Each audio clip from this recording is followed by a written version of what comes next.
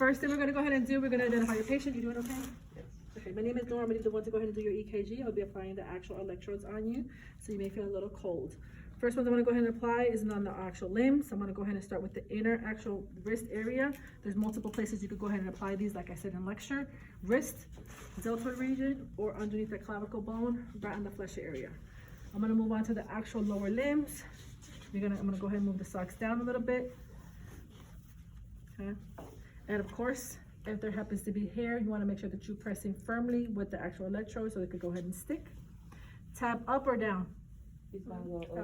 Up. Press down firmly so they could go ahead and adhere. And once again, some of them are not sticky, some of them are too sticky. I'm gonna do the other side. All right, we're gonna move on to the chest cavity. You give permission to go ahead and reveal. Okay. So, I know. So I'm gonna go ahead and reveal his chest.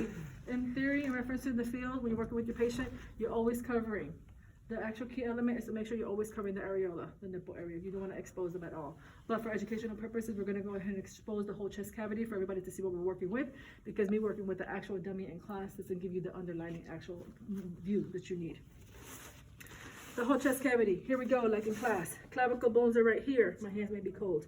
You're going to measure the clavicle bone, 4 fingers down, you can rock it. What am I measuring for? The intercostal. V1 is going to go 4th intercostal space, going down. Tab up or tab down? Down. So here we go. So once I measure, it usually lines up with the nipple line. You're going to go ahead and apply. Feel a little cold. V2 is right across. Right, everybody with me? Now, what's next? You got 1, 2, 4 is next. 4 is midclavicular. You got your clavicle bone. It lines up usually underneath the nipple. Usually. Not necessarily, because of course for us females, our breasts will go side. Everybody with me? So midclavicular, or you're doing great. Okay. V4. What's next? V3. V3. V3 is what? In between. In between. This is where it starts taking the curvature. You ready to see that? What's next? V6. V6. Good job. V6 is midclavicular, so you're gonna have to lean over a little bit. Mid-axillary, still 5th intercostal. Okay. And last but not least, what? V5. V5. There we go. Next thing you go ahead and do, you'll save this so when you remove them, you can place them on there. You're gonna go ahead and get your leads. I recommend for you to apply the actual base of the actual leads in the pelvic region, making sure that you don't inappropriately touch your patient, and make sure you separate your actual leads. And I'll show you what I mean by that. So the most common ones, the chest cavity, are the biggest ones, and of course you got your smallest. Everything is labeled. It will tell you exactly what it is. RA is what? Right arm. Is it my right arm when I'm looking at him, or is his? His. This is where some of the confusion is. Some people mix them up. So all you gotta do is just attach it. Relax it, and then you look at the other one. Make sure you look at it. This is LA. Left arm. Then we're moving down to the ones that are lower limbs. Same thing. My left leg is my ground.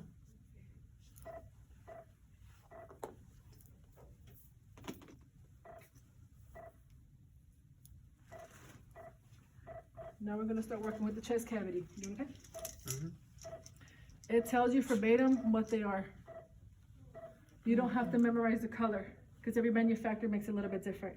But just know in reference to what goes where, and you'll be able to go ahead and place them correctly. You won't have no issues. Which ones to apply first versus the other ones, it doesn't matter, just applying all of them. So I'm just gonna go from left to right. So here we go, V1, V2, V3, and I'm working my way all the way.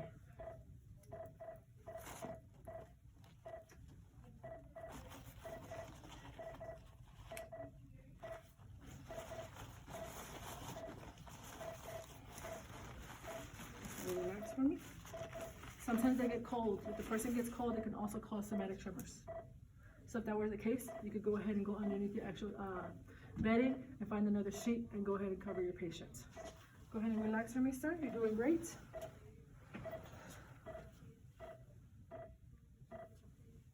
There's a print button. It's a little trick to this particular machine because sometimes you gotta hit it a couple times. You hit it. You're doing great, just relax. Until you gotta hit it again. Then it's gonna give you like a different screen here in a minute. There's a delay on it. It takes longer to set up than to actually read the EKG. And I'll tell you when it's actually captured it.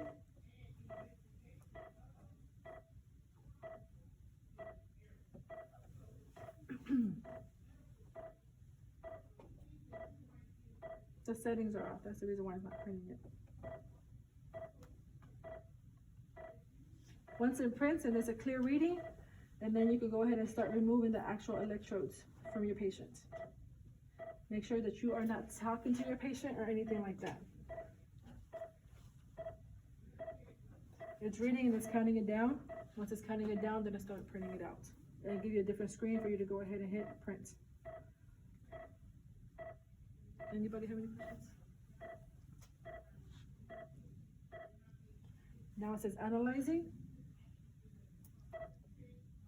It gives you a different screen, and then you hit print.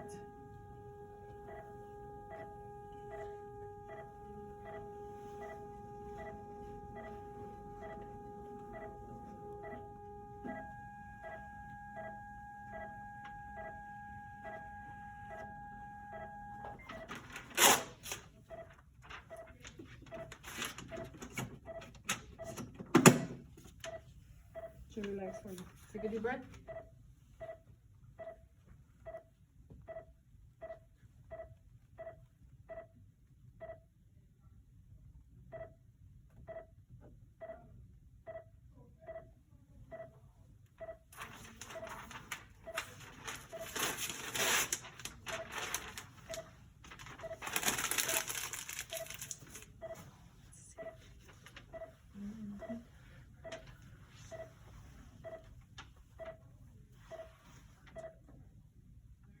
I'm doing it again just to reassure. Analyzing gives me a different strip.